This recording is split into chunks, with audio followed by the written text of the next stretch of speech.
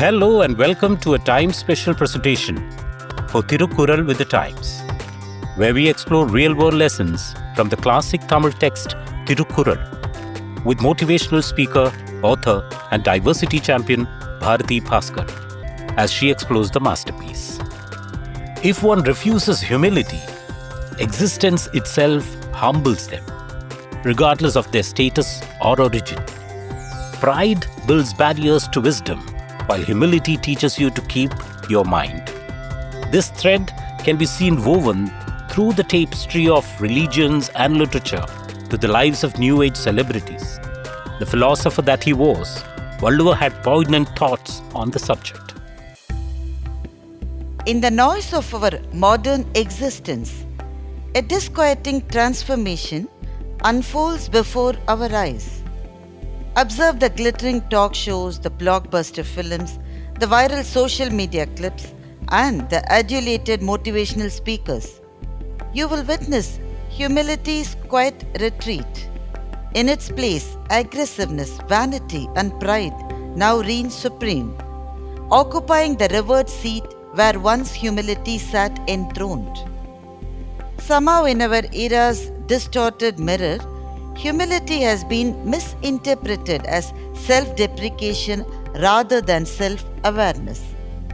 As C.S. Lewis, the renowned British author, eloquently clarified, humility is not thinking less of yourself, it is thinking of yourself less. I wish I have the power to change the tone of the narrative that has been set for our children and young adults that humility is a sort of weakness. Forgiveness is a kind of cowardice, and snobbery a form of strength. Throughout human history, spiritual traditions have exalted humility as the supreme quality that illuminates one's inner journey. This thread weaves through the tapestry of world religions with remarkable consistency. In Hindu mythology, for example, we encounter various demons, metaphorical manifestations of our own minds, as powerful as we permit them to become.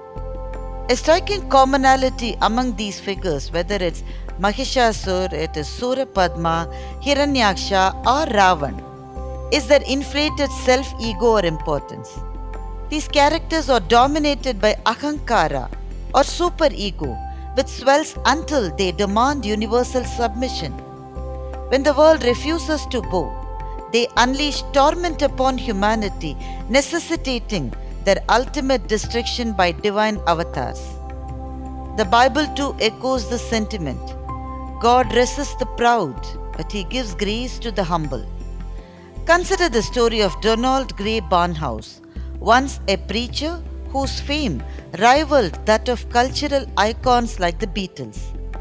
Adoring crowds would weep, shout, and celebrate his presence, fighting to touch or kiss his hand. Seeking respite, he once visited a beach incognito, where he met a young girl playing alone. 7-year-old Mary explained that her parents allowed this brief seaside playtime while they read scriptures at home. After their pleasant interactions, Barnhouse, wanting to delight Mary's parents, suggested, "When you go home, Mary, tell your mother that you were playing with Donald Gray Barnhouse. She will be elated."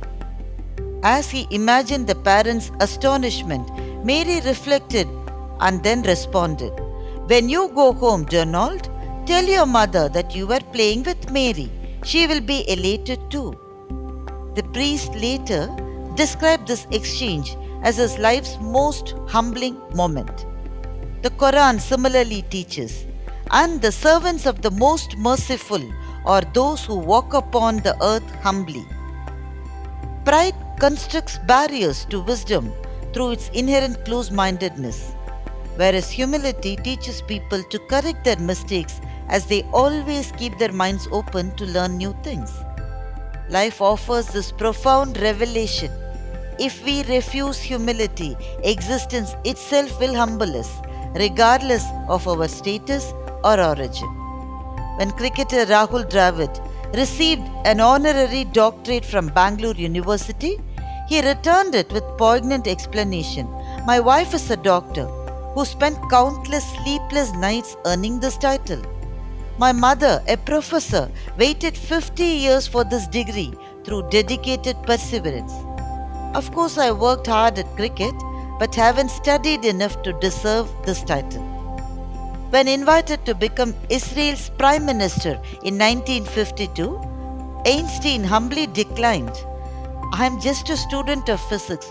What do I understand of state governance?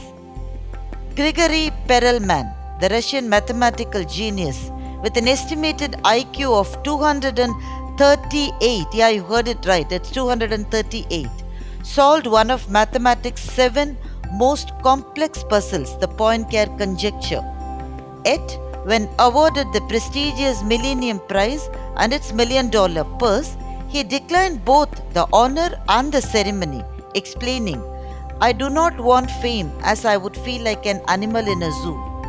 Also, I do not know what to do with the money. Further, I do not wish to receive the prize all for myself when others too have come quite close to the answer of the puzzle.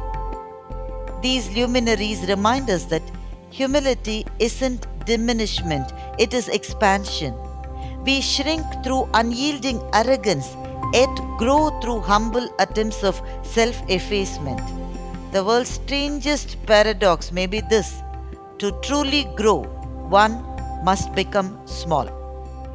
In one of his couplets, Valluvar brings up this paradox where he declares that modest people are towering even more than the colossal mountains.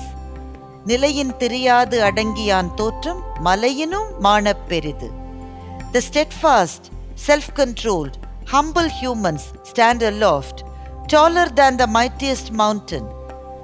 I was wondering, what made the saint compare the humble humans with great mountains? Mountains, symbols of permanence in countless literary and spiritual traditions, stand in silent judgment of our transience. When gazing upward at their majestic forms, we humans will wonder, do they look down upon the fleeting human drama with cosmic amusement?